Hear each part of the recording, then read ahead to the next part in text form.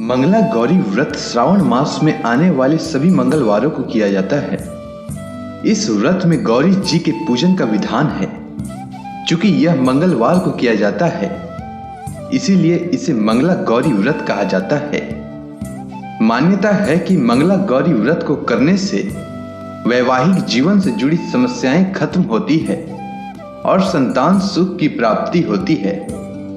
आज के दिन मंगला गौरी व्रत कथा अवश्य पढ़नी या सुननी चाहिए और दूसरों को भी सुनानी चाहिए। इससे जीवन में कभी भी किसी प्रकार का कष्ट नहीं आता है और सदैव भोले बाबा और माता पार्वती की कृपा बनी रहती है।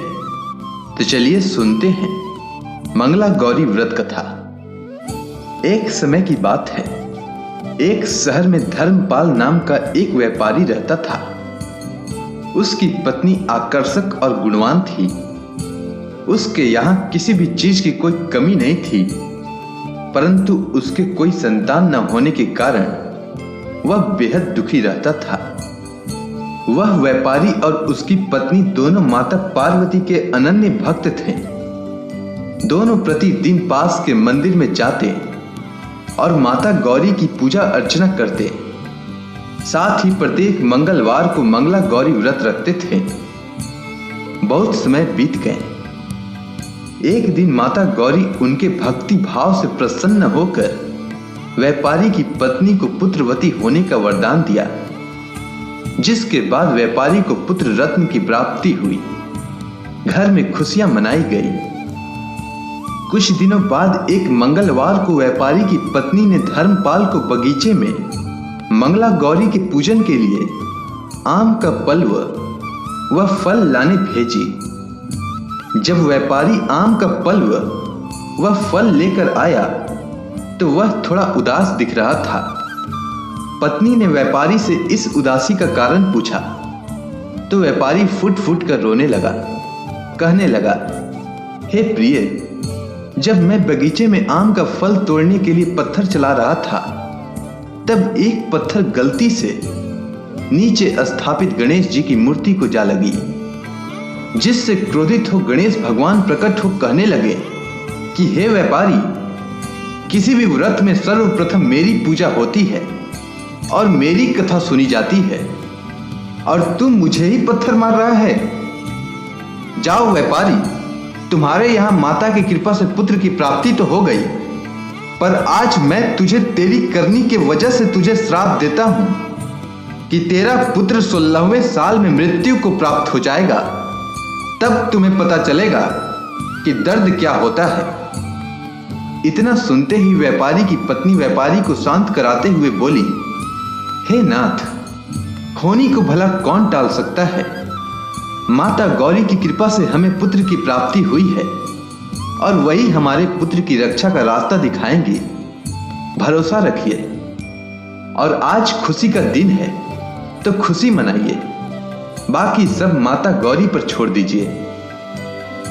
बालक के घर में आने से व्यापारी का समय कैसे बीतता चला गया, उसे थोड़ा भी आभास नहीं हुआ और देखते देखते उसका पुत्र लगभग 12 वर्ष का हो गया। व्यापारी अपने पुत्र को पढ़ने के लिए काशी भेजना चाहता था, पर इससे पहले उसने अपने पुत्र की इच्छा भी जाननी चाहिए। इस पर व्यापारी का पुत्र बोला, पिताजी, मुझे अब पढ़ने में थोड़ी सी भी रुचि नहीं है। मेरी प्रबल इच्छा है कि मैं लोगों की सेवा करूं। इस पर व्यापारी तनिक सोच में पड़ गया। धक से उसे याद आया कि गणेश भगवान ने श्राप दिया है कि उसकी मृत्यु 16वें साल में ही हो जाएगी।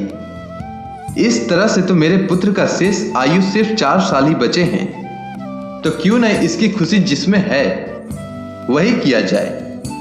यह सोचकर वह पुत्र से पूछा, तो बताओ पुत्र, मैं तुम्हारे लिए क्या कर सकता हूं। तब बालक ने कहा, हे पिताजी, आप मेरे लिए चौराहे पर 2 घड़े पानी और कुछ मीठा रखवा दीजिए और मैं आते जाते सभी राहगीरों को मीठा खिलाकर पानी पिलाने का काम करूंगा। इतना सुनते ही व्यापारी ने तत्काल इसका प्रबंध करवा दिया। और फिर क्या था, बालक चौराहे पर बैठकर आते जाते राहगीरों को रोजाना पानी पिलाता और सभी राहगीर पानी पीने के बाद उसे युग युग जीने का आशीर्वाद देते। 16वां साल पूरा होने वाला था कि उसी रास्ते से देवर्षि नारद जी साधारण साधु के वेश में गुजर रहे थे। तभी बालक की नजर उन पर पड़ी। बालक दौड़कर उनके निकट पहुंचा और उनसे बोला, हे साधु महाराज, तनिक मुझे भी अपनी सेवा करने का मौका दीजिए। नारद जी बालक के करुण स्वर को सुनकर बहुत प्रभावित हुए और बालक के द्वारा दिए गए गुड़ को खाकर पानी पिए और उनके मुख से भी युग युग जीने का आशीर्वाद निकल गया। तभी उनके दिमाग में आया कि यमलोक गए काफी समय हो गया है, तनिक उधर का भी खबर ले लिया जाए। इतना सोचते ही नारद जी यमलोक के लिए प्रस्थान हो गए। वहां जाने के बाद देखते हैं कि यमराज जी महाराज कहीं प्रस्थान करने वाले हैं। तभी उनसे रहा नहीं गया, उन्होंने पूछ ही डाला कि महाराज, लगता है आप कहीं जाने के लिए तैयार हैं। इस पर यमराज जी बोले कि हाँ मुनिवर, आप बिल्कुल ठीक समझे। मैं पृथ्वी लोक पर एक बालक के प्राण हरने जा रहा हूं। तभी नारद जी ने पूछा, बालक इतनी कम उम्र में भला ओ क्यों? क्या उसका प्राण हरना इतना आवश्यक है? तब यमराज जी ने बताया कि एक व्यापारी का पुत्र है जो कि भगवान गणेश द्वारा शापित होने के कारण अल्प आयु है और उसकी मृत्यु 16वें साल में निश्चित है और आज उसका 16वां साल पूरा होने वाला है। पर आज भी वह बालक अपने मृत्यु से बेखबर राहगीरों को मीठा खिला रहा है और पानी पिलाकर उनकी सेवा कर रहा है। इतना सुनते ही नारद जी का माथा ठनका और बोले, आप कहीं व्यापारी धर्मपाल के पुत्र के बारे में तो नहीं कह रहे हैं? तब यमराज जी ने कहा कि आप बिल्कुल ठीक समझ रहे हैं महर्षि नारद। इतना सुनते ही नारद जी ने कहा, यह तो असंभव है महाराज। मैंने भी उस बालक की सेवा प्राप्त की है और मीठा खाकर पानी पीने के पश्चात उसे युग युग जीने का आशीर्वाद भी देकर आया हूं। भला एक ऋषि की वाणी कैसे असत्य हो सकता है?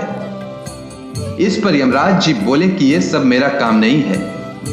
मेरा काम किसी भी व्यक्ति का उसके निश्चित समय पर प्राण हरने का है, सो मैं करने जा रहा हूं। इसके लिए आप गणेश के माता गौरी के पास जाएं और उनसे ही बालक के प्राण की रक्षा के लिए याचना करें, तभी कोई काम बन सकता है। इतना सुनते ही नारद जी दौड़े दौड़े कैलाश पर माता गौरी के पास पहुंच गए और देखा कि वहां स्वयं भगवान शिव और गणेश जी भी बैठे हुए हैं। इसके बाद नारद जी ने सारा वृतांत कह सुनाया। इतना सुनते ही माता गौरी ने कहा, ये तो घोर अनर्थ हो जाएगा कि एक ऋषि का दिया हुआ आशीर्वाद असत्य हो जाए, पर गणेश का दिया हुआ श्राप भी व्यर्थ नहीं जा सकता। अतः इस समस्या का एक ही समाधान है कि पृथ्वी पर एक महिला है जो मंगला गौरी का व्रत करती है, जिसके फल स्वरूप उस महिला की पुत्री के जीवन में कभी भी वैधव्य दुख नहीं आ सकता है। यदि उस युवती के साथ धर्मपाल के पुत्र का किसी प्रकार विवाह हो जाए तो उस बालक के सर से मृत्यु का साया हट जाएगा। इतना सुनते ही गणेश भगवान मंद मंद मुस्कुराते हुए माता गौरी से बोले, आप धन्य हैं माता। किसी के प्राण कैसे रक्षा करनी है यह कोई आपसे सीखे। और अपने स्थान से उठकर गणेश भगवान माता गौरी के चरणों में सर झुकाया। फिर क्या था, नारद जी ने व्यापारी के पास जाकर उसके पुत्र के प्राण की रक्षा का उपाय बताया और फिर व्यापारी ने आनंद फानन में उसने अपने पुत्र का विवाह उस युवती के साथ कर दिया और इस प्रकार माता गौरी की कृपा से व्यापारी का पुत्र दीर्घायु हो गया।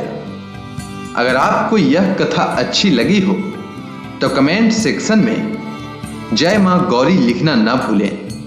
धन्यवाद।